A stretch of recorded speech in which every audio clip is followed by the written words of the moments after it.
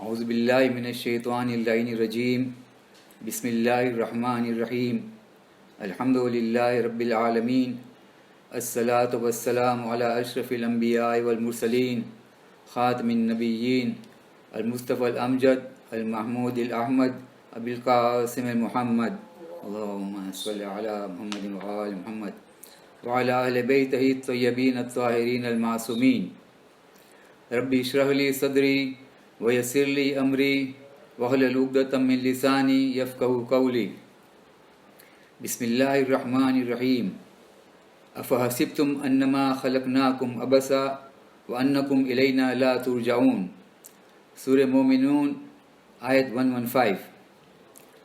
Do you think that we have created you without a purpose and that you shall not return to us? Dear viewers, Mu'mineen, Mu'minat, family members, relatives and friends, Salamun Alaikum. I have been requested to speak in English. So this being my first attempt, I request you to overlook any of my faults, mistakes or shortcomings. Tonight's Majlis Azza is organized for the Isal Sawab of Marhum Mushtaq Ghulam Sen Haji, who passed away on 11th May Ramzan in Dar Islam. Just 12 days back, we lost our dear Marzia Chachi Akbar Fazil Karmali. 2nd May Ramzan and 23rd April are the death anniversary dates of Marhum Asghar Jafar Hirji and our beloved sister Marhuma Nasimbai Asghar Hirji respectively. Also, let's remember Hassan Bhai Chattu, who passed away last week in London. For all these and for all our Marhumeen, let's recite Surah Fatiha with prayer to the Almighty to give them maghfirat and high status in Akhirat. Fatiha.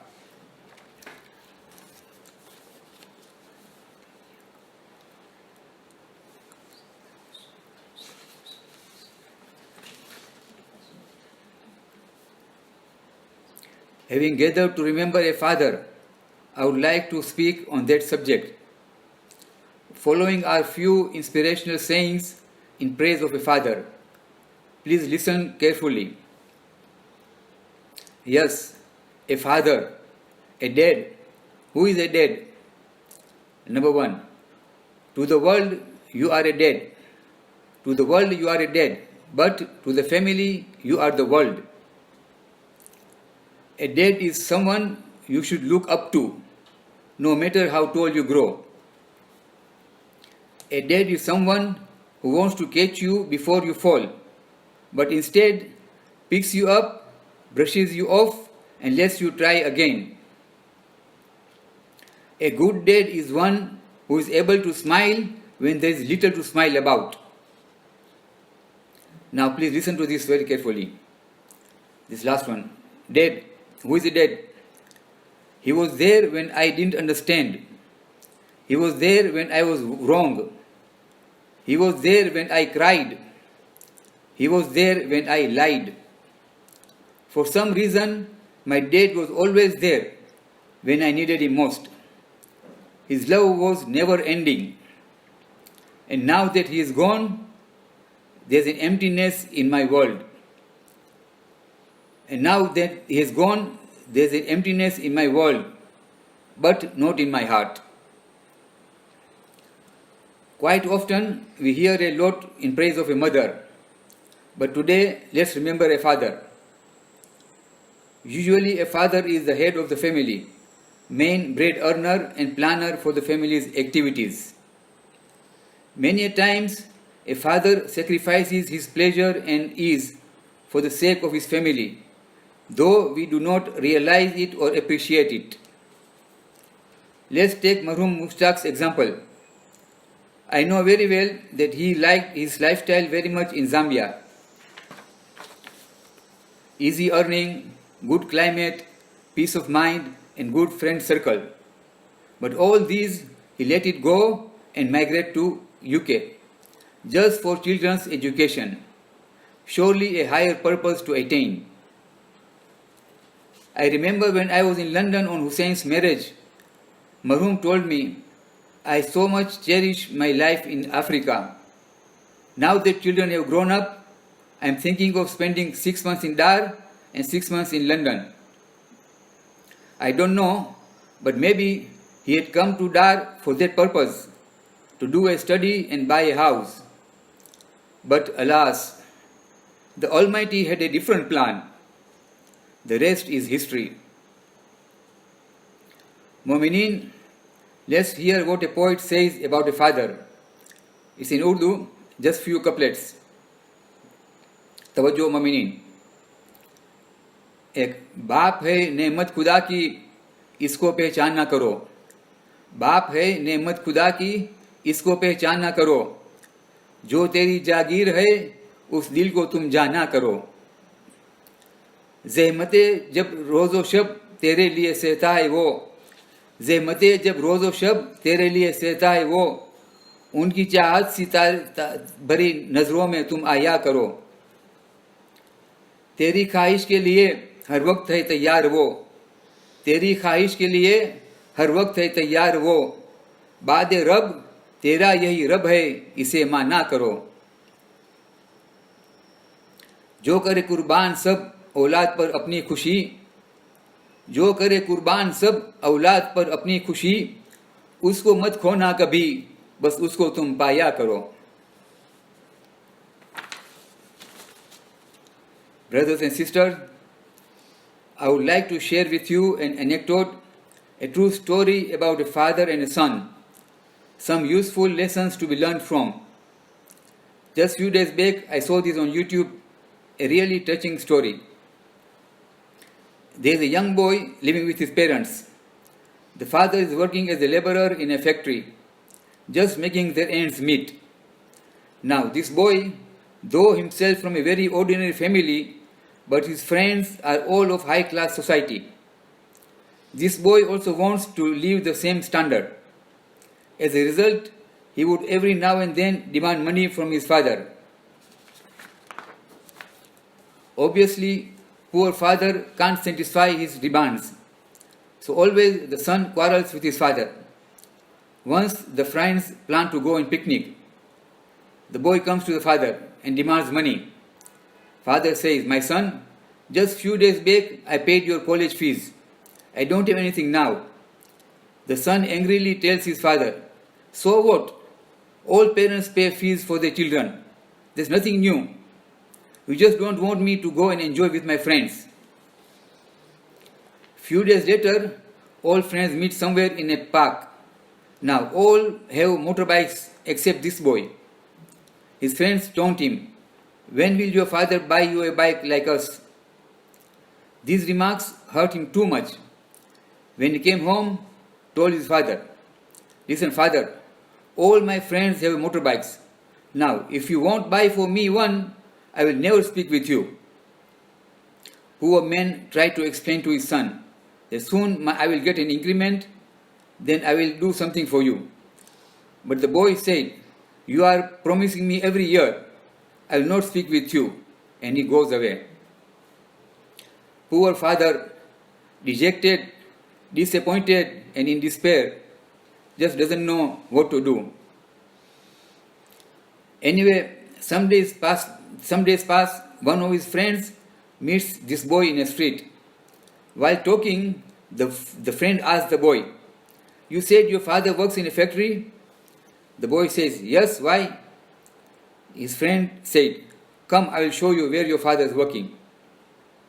He takes him near a restaurant and from outside showed him what? His father working as a waiter. The boy couldn't believe.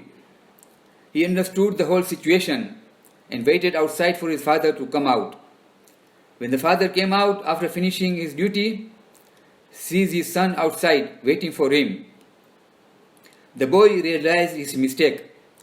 Just to meet his unrealistic demands, his father was doing part-time job as a waiter to earn some extra money to buy him a motorbike. The son falls down on his father's feet, cries and asks for forgiveness. "Father, I have hurt you a lot. You have suffered a lot because of me. Please forgive me."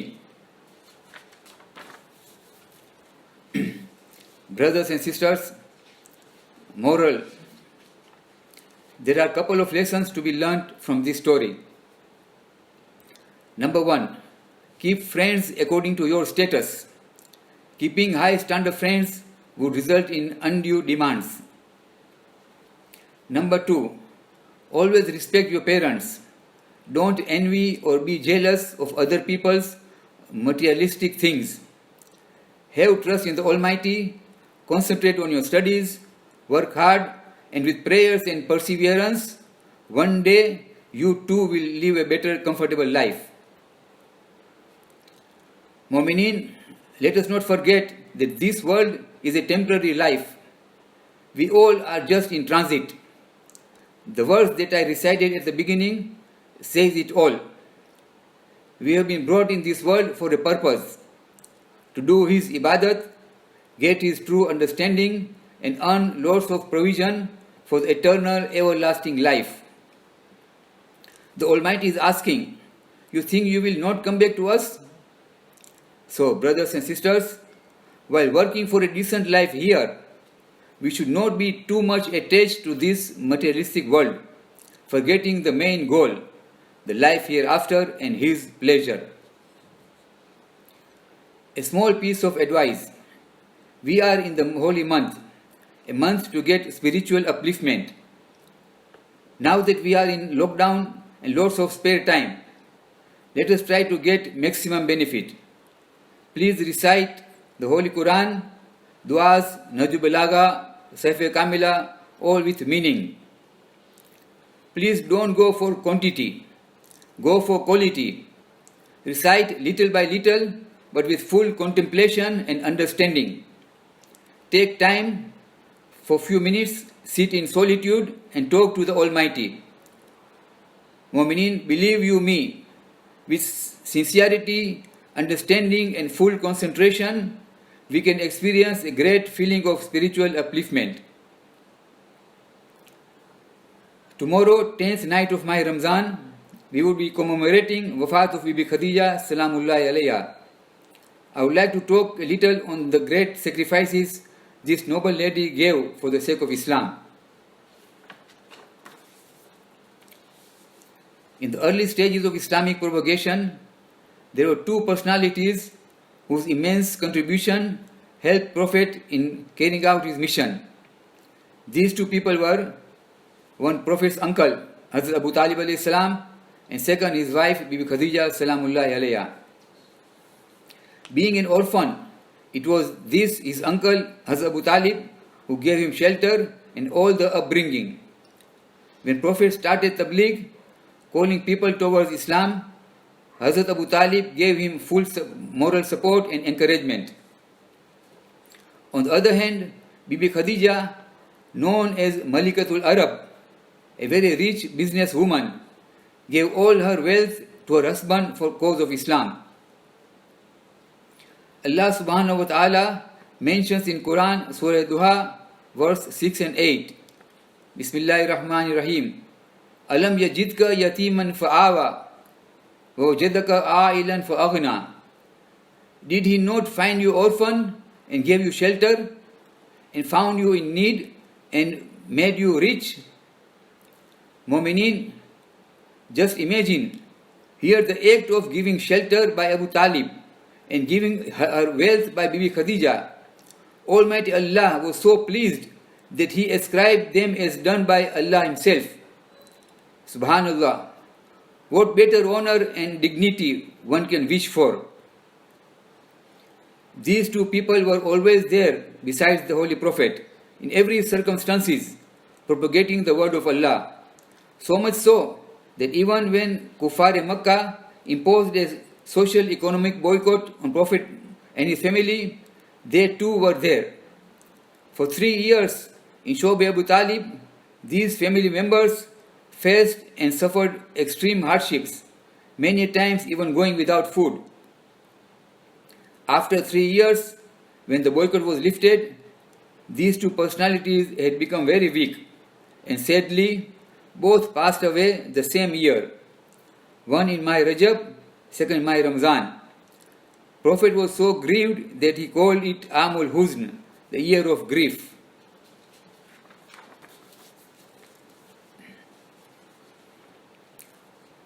હા અઝાદારો, 10મી માહ રમઝાનના BB ખદીજા સૌને ખુદા હાફિઝ કરીને મંઝિલે બકા તરફ ચાલ્યા ગયા.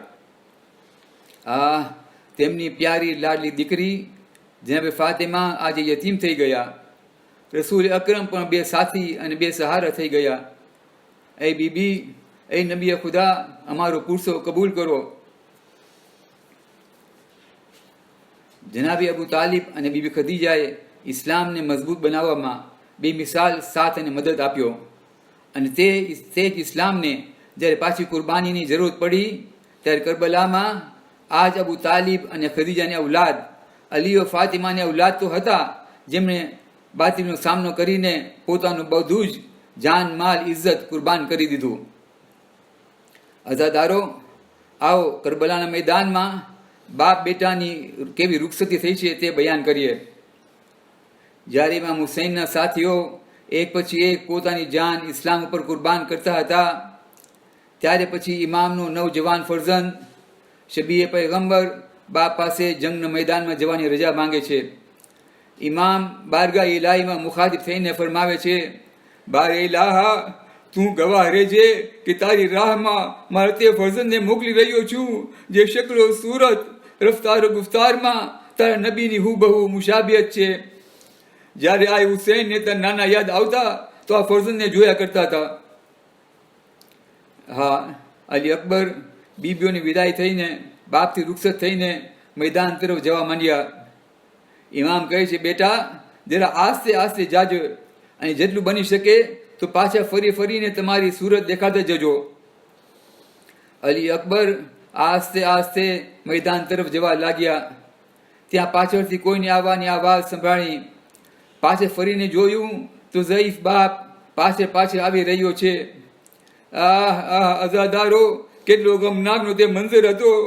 બેટા બાપને કહે છે, બાબા, મેં તો તમને ખુલાફિઝ કરી દીધું છે, તમો જ મને રૂખસતી કરેલ છે, તો શા માટે તકલીફ લઈને પાછે આવો છો? અઝાદારો, ઇમામ શું જવાબ આપે છે સાંભળો. હા, બાપનું દિલ હતું